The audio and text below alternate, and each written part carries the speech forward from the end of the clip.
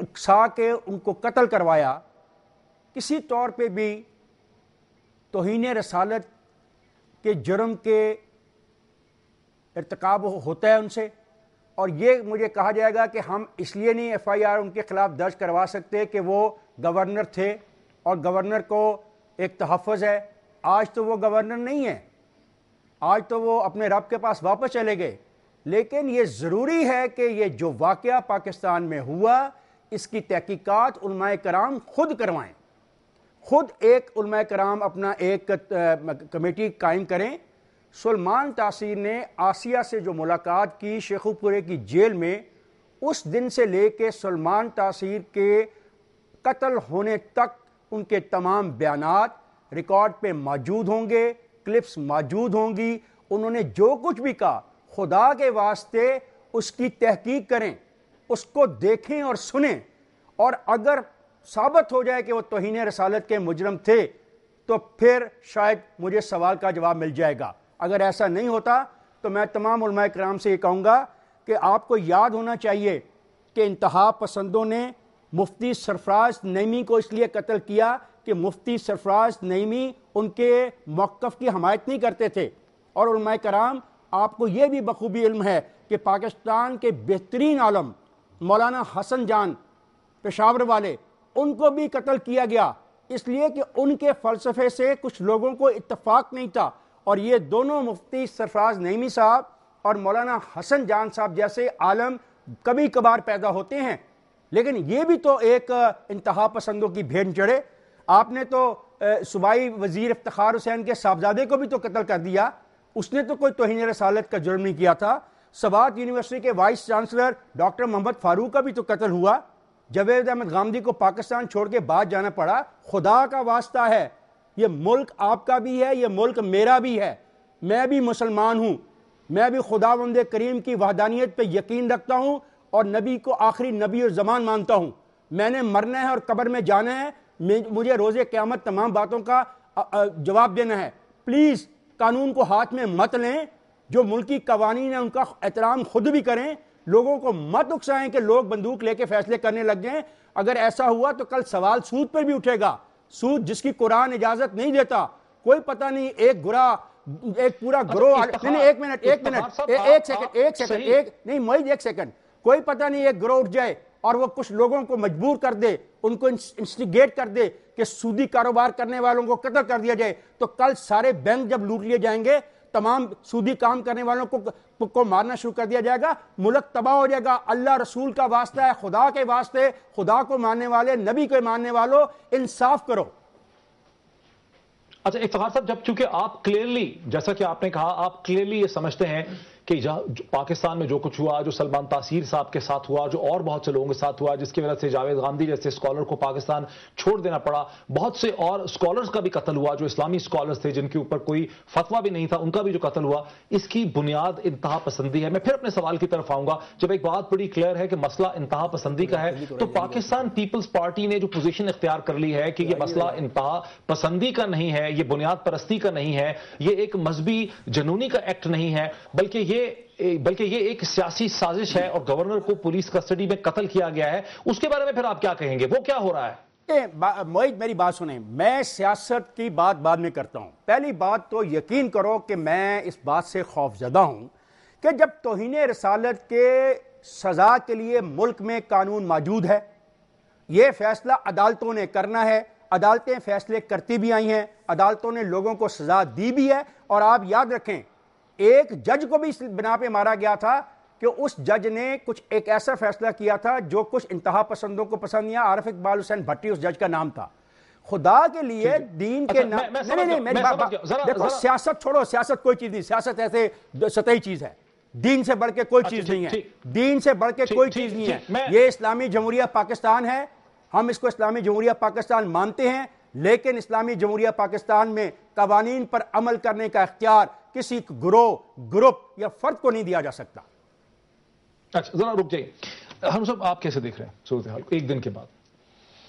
دیکھیے گزارے یہ ہے کہ یہ اس پہ سے تو اختلاف ہو ہی نہیں سکتا. کسی انڈیویجول کو قانون ہاتھ میں نہیں لینے چاہیے، کسی گروہ کو، لوگوں کو اکسانا نہیں چاہیے.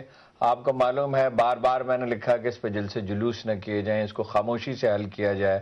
یہ اخبارات اور ٹیلی ویژن پہ اس پہ زیادہ بحث بھی مناسب نہیں ہے. پارلیمنٹ کے سیریس لوگوں پر مشتمل ایک کمیٹی بنا دی جائے. جیسے آپ نے 18ویں ترمیم منظور کیا ہے، اسی طرح اس کے قانون کے غلط استعمال کا راستہ روک دیا جائے. قانون تو میرے خیال میں بالکل صحیح ہے، اس پہ سب کا اتفاق رہا ہے. اور جبکہ حکومت کہہ چکی تھی، لیکن اس میں ایک مسئلہ یہ بھی ہے کہ حکومت نے بہت شروع میں یہ کہہ دیا تھا، وفاقی حکومت نے کہہ دیا تھا کہ ہمارا اس قانون کو تبدیل کرنے کا صحیح ہے. تو اسی بنیاد پر میں نے کہا، مذہبی جماعتیں ہیں اس کے باوجود اسی بنیاد پر میں نے کہا، دیکھیں گزارش یہ ہے، اسی بنیاد پر میں نے کہا جلسے جلوس نہ کریں.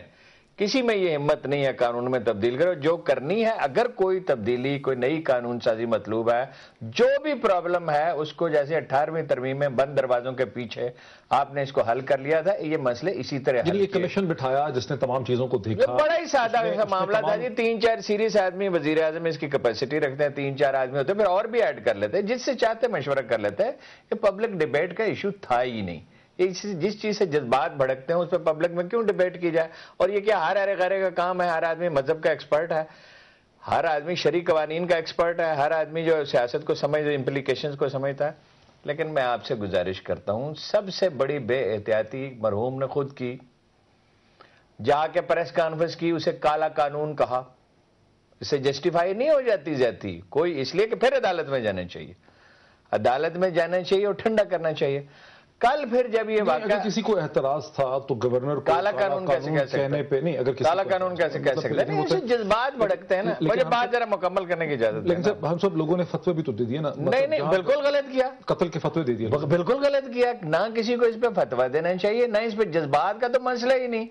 جب کوئی تنازع پیدا ہوتا ہے، میرے اور آپ کے درمیان تنازع، چاہے وہ چھوٹا سا ہو، تو عدالت اس کو حل کرے گی یا ثالث اس کو حل کرے گا.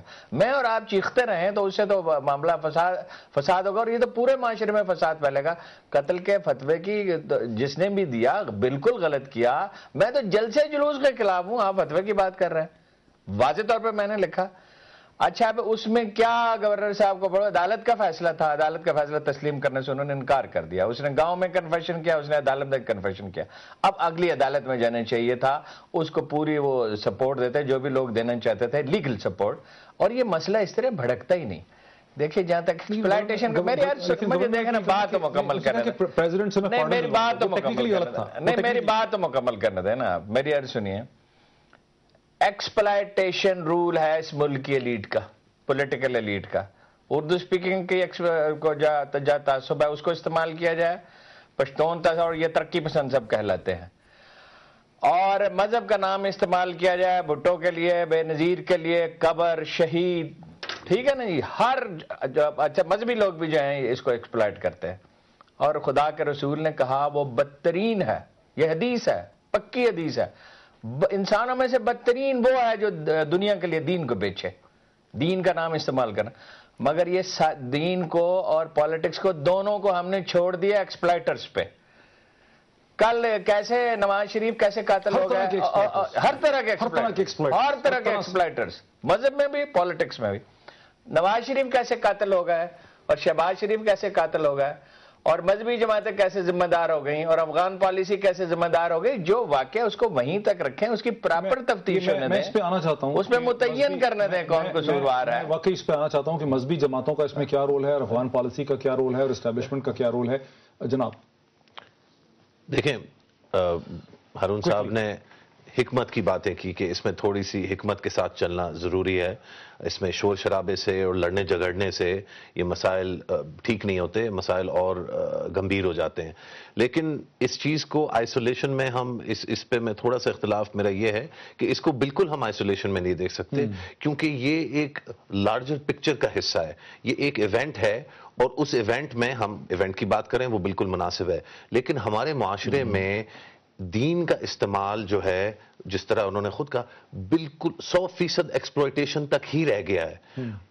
ہمیں جب کنوینئنٹ ہوتا ہے تو ہم مذہب کی مہر لگا کے چیز پہ اس سے امیونٹی حاصل کر لیتے ہیں. انسانیت کا پیار اور انسانیت کی فلاح اور انسانیت کی بہبود کے جو ایلیمنٹس ہیں وہ ہماری مذہبی تشریح میں سے بالکل ختم ہو چکے ہیں. انسانیت کی جو ریسپیکٹ ہے وہ ختم ہو گئی. نہیں، کیونکہ مذہبی تشریح ہے بھی نہیں نا. دیکھیں، یہ کہنا کہ یہ مطلب کسی طرح کا، میں تو یہ بھی سمجھتا ہوں اس کو مذہبی انتہا پسندی کہنا بھی ایک تھوڑا سا کمپلیکیشن ہے نا, کیونکہ یہ پاگل پن ہے, یہ مطلب انتہا پسندی بھی نہیں ہے, یہ اس سے بھی جا کے کوئی اور ہی چیز ہے یہ, جہاں پہ ایک نہتے آدمی کو سڑک پہ قتل کر دینے کے لیے اس کو جو ہے پھول پہنائے جا رہے ہیں, اس آدمی کو جس نے قتل کیا سب کے سامنے اور تسلیم کیا کہ اس نے قتل کیا. بریک. لیکن وہ مسئلہ وہیں رہ گیا کہ پاکستان پیپلز پارٹی یہ کہتی ہے کہ یہ سیاسی سازش ہے, یہ مذہبی انتہا پسندی, یہ جنونی ایکٹ نہیں ہے, بلکہ یہ ایک سیاسی سازش ہے اور گورنر کو پولیس کی کسٹڈی میں قتل کیا گیا. ایک بریک لیتے ہیں اور بریک سے واپس آتے ہیں, اور جن ایشوز کی طرف مشرف زیدی صاحب نے اور جن ایشوز کی طرف ہارون رشید صاحب نے اشارہ کیا ہے ان سے بات کا آغاز کرتے ہیں.